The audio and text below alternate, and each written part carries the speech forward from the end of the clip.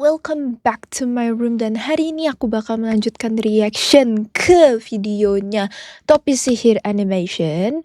Dan di video kali ini tuh kayaknya ya ini kelanjutan yang waktu itu. Kan pernah tuh aku react yang dia daftar kuliah. Nah ini tuh dianya ospek. Jadi kayaknya kelanjutan dari itu sih. So tanpa berlama-lama jangan lupa untuk like, comment, dan subscribe supaya kalian gak ketinggalan video-video berikutnya. Dan kita langsung masuk saja ke dalam videonya. Let's go. Oke, jadi beberapa minggu yang lalu gue ngelaksanain kegiatan ospek sebagai mahasiswa baru di kampus gue. Nah, bagi yang gak tahu ospek itu apa, ya Google aja sendiri. Ya, Google is free. Sebulan yang lalu, gue kan habis daftar kuliah. Tolong ditonton videonya. Atau aku udah nonton aja. Nah, sekitar 1 minggu habis gue daftar kuliah, siang-siang bolong, waktu gue lagi tidur dan enak-enaknya menikmati mimpi indah gue, tiba-tiba HP gue bunyi. Waktu itu gue masih ngantuk banget ya, tapi gue jawab, soalnya gue takut kalau itu penting. Halo. Iya, selamat siang. Ini dari bagian mahasiswa universitas. Kita mau ngasih info soal buat nanti tanggal 24. Jadi intinya dia ngasih tau gue, nanti sebelum gue ngelaksanain ospek di tanggal 2 Agustus, gue diminta buat ngelakuin pendaftaran ulang minggu depan. Terus dia ngasih detail kalau gue mesti pakai sepatu hitam, kemeja putih, sama dasi biru. Soalnya nanti mau ada semacam foto buat kartu mahasiswa gitu. Aslinya dia nyuruh gue buat nyatet apa aja yang disebutin, supaya gue nggak lupa. Tapi gue malas. Jadi karena siang itu komputer gue lagi nyala, jadi gue tulis daftar barangnya di notepad aja. Dan abis selesai di telepon pun gue balik tidur lagi. Terus pas hari pendaftaran ulangnya, mak gue bilang kalau dia mau ikut sama gue. Alasannya dia bilang karena dia mau nanya-nanya soal masalah keuangan gitu lah. Jadi abis kita siap-siap, gue pesen Grab car. Dan sebenarnya jarak dari rumah gue ke kampusnya nggak terlalu jauh ya, tapi sebenarnya lumayan, nggak terlalu jauh, nggak terlalu deket juga. Jadi gue siap-siap bawa permen buat nanti dimakan di mobilnya. Dan sebenarnya untung aja gue bawa permen, soalnya waktu di jalan tuh macet.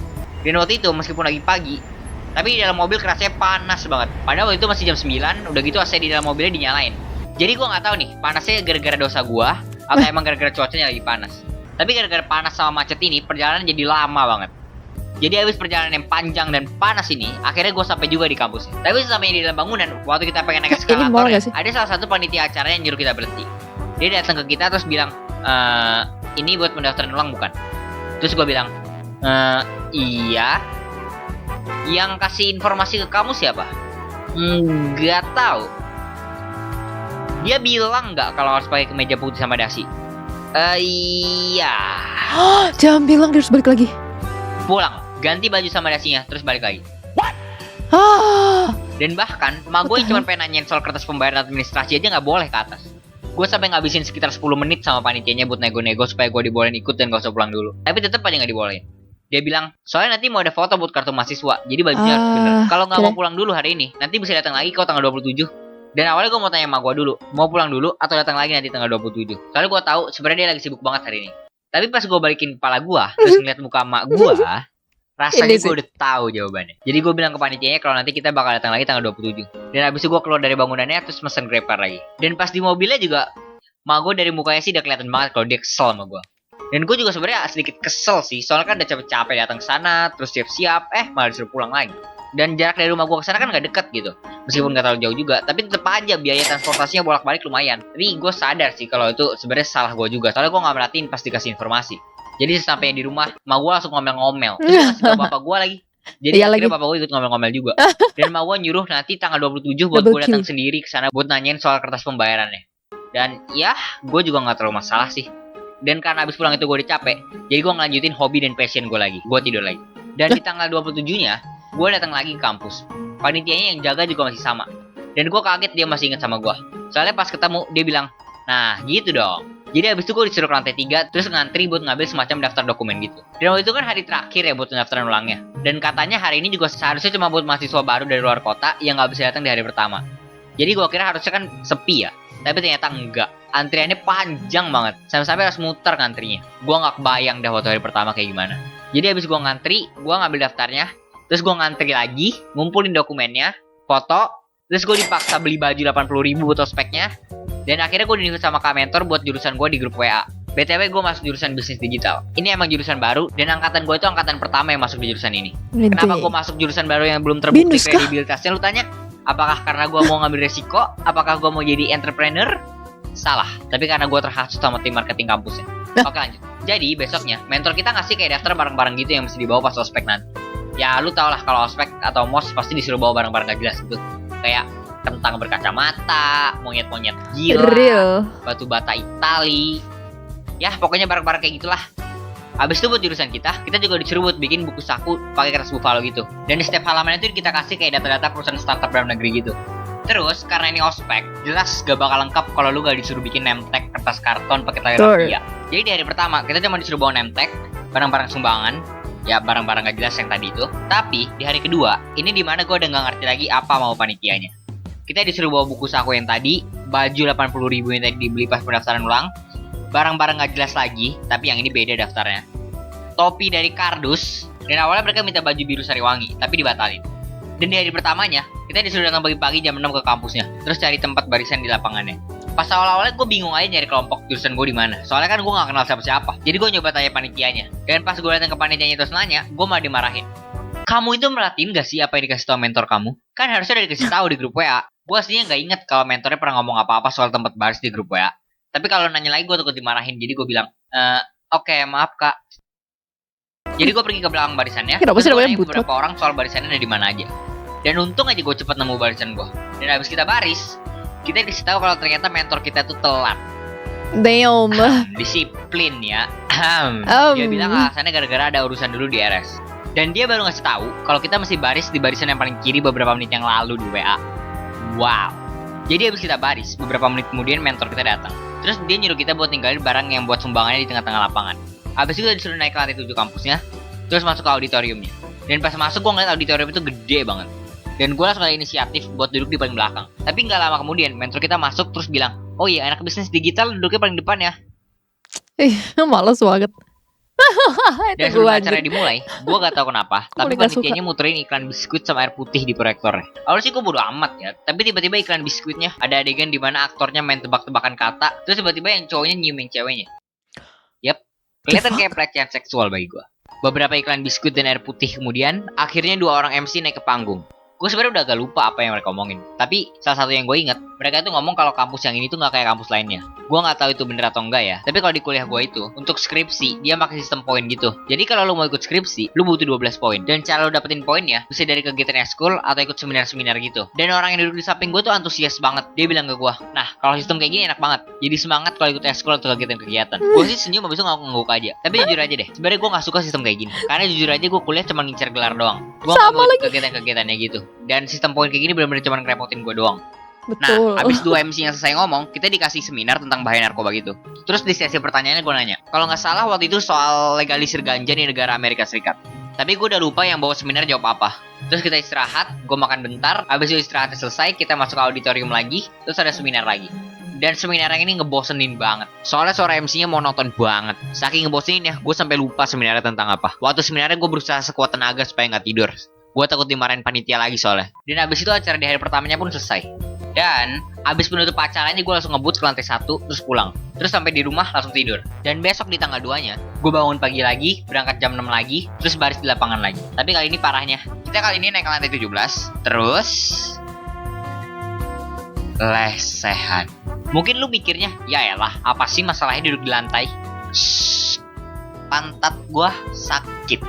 Gue aslinya pengen tanya ke panitianya, kenapa kita di lantai 17 dan gak di lantai 7 kayak kemarin? Padahal kan yang pakai gedungnya cuma kita.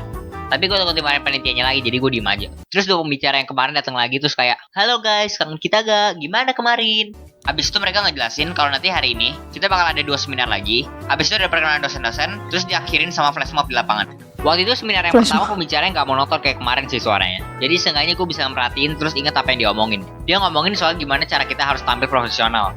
Terus pembicara yang kedua ngomongin soal jenis-jenis kepribadian gitu. Yang ini enak pembicaranya, soalnya dia ngomongnya energetik. Terus materi yang dibawainnya juga menarik. Nah, abis 2 seminar itu, kita disuruh ikutin mentor kita buat masuk ke ruangan masing-masing. Dan pas masuk ke kelasnya, gue ngeliat teman-teman satu jurusan gue.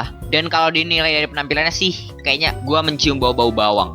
Terus habis beberapa sesi perkenalan, dosen-dosennya masuk. Gue udah lupa nama-nama dosennya siapa aja. Tapi ada satu dosen cowok yang kalau dari penampilannya sih, kayaknya galak. Jadi habis dosennya selesai perkenalan diri, kita dikasih waktu 30 menit buat istirahat sebelum nanti flash mob di lapangan. Gue lupa bawa makanan hari itu karena gue buru-buru. Jadi pas istirahat, gue cuma ngeliatin teman-teman gue makan.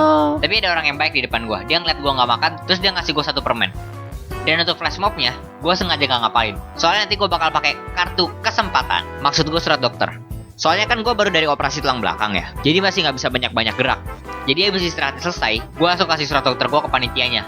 Abis itu gue diizinin main HP di ruang UKS sampai acara selesai deh. Oke, jadi kira-kira pengalaman ospek gue begitu. Dan gue skeptikal banget ya sama kegiatan ospek ini. Soalnya menurut gue ada beberapa hal yang patut banget dipertanyain. Betul. Kayak mesti pakai name tag pakai terapia, terus bikin topik kardus, flash mob, terus dipaksa beli baju 80.000 buat kegiatan 2 hari doang. Yang kayak gitu tuh gue nggak ngerti tujuannya buat apa. Betul. Tapi kalau dibandingin sama ospek-ospek di kuliah lain, mungkin kegiatan ospek gue ini sebenarnya udah lumayan enak ya. Gak ada kekerasan, gak disuruh mandi lumpur, terus gak ada Iya kegiatan juga fisik sih. yang gak jelas gitulah kayak di berita-berita gitu. Jadi gue juga sebenarnya udah bersyukur sih, meskipun ospek di kampus gue disuruh yang aneh-aneh, tapi seenggaknya gak kelihatan batas. Ya udah itu aja yang mau gue omongin. Makasih yang udah nonton. Fix sih. Kayaknya aku sama dia tuh seangkatan gitu deh, atau seumuran lah. Kayak jenjang umurnya tuh masih barengan gitu loh. Karena aku relate banget sama yang dia ceritain. Dan jujur aja sebagai orang yang memang gak terlalu suka juga berkegiatan seperti itu, ngikutin ospek tuh buat aku juga malesin. Ya, karena apa ya, memang bener sih, aku waktu kuliah juga mikirnya awalnya aku cuman pengen lulus dapat gelar udah gitu, tahu gak sih? Gak maulah yang tetek bengeknya gitu. Karena kan kalau mereka kan banyak kayak unit kegiatan mahasiswa, apa yang kayak gitu-gitu. Terus ya hima, dan ya aku ngerti sih perasaan dia kayak males gitu. Karena emang gak semua orang tuh seneng berorganisasi gitu kali ya.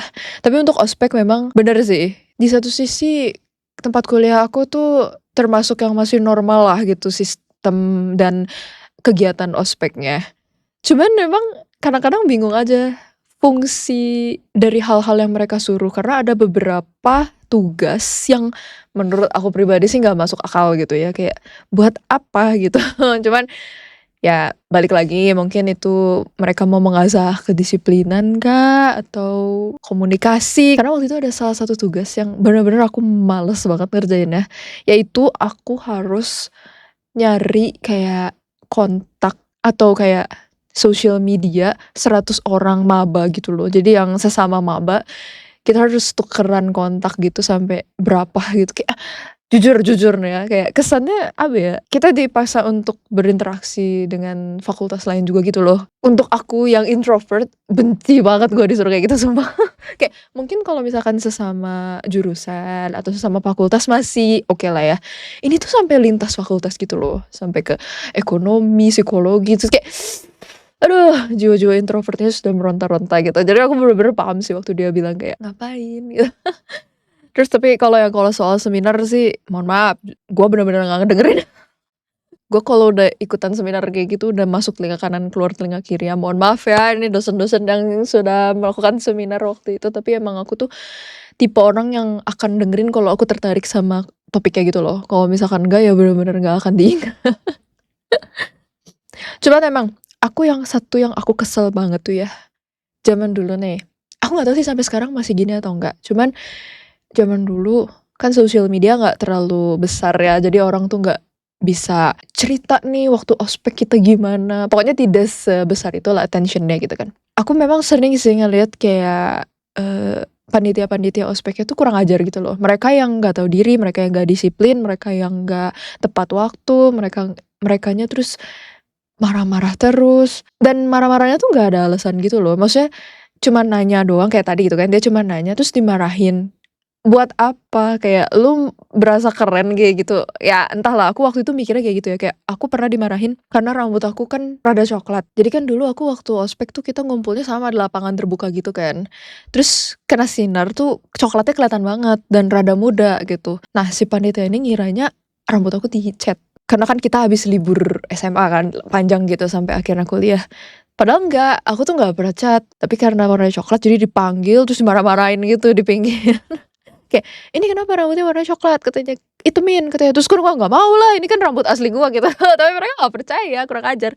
Terus udah gitu, akhirnya sampai gua harus ngasih tunjuk foto mama gua waktu muda, foto tante gue waktu muda gitu, tau gak sih? Nah, terus, pas udah ditunjukin gitu baru mereka kayak, "Oh ya udah deh," gitu.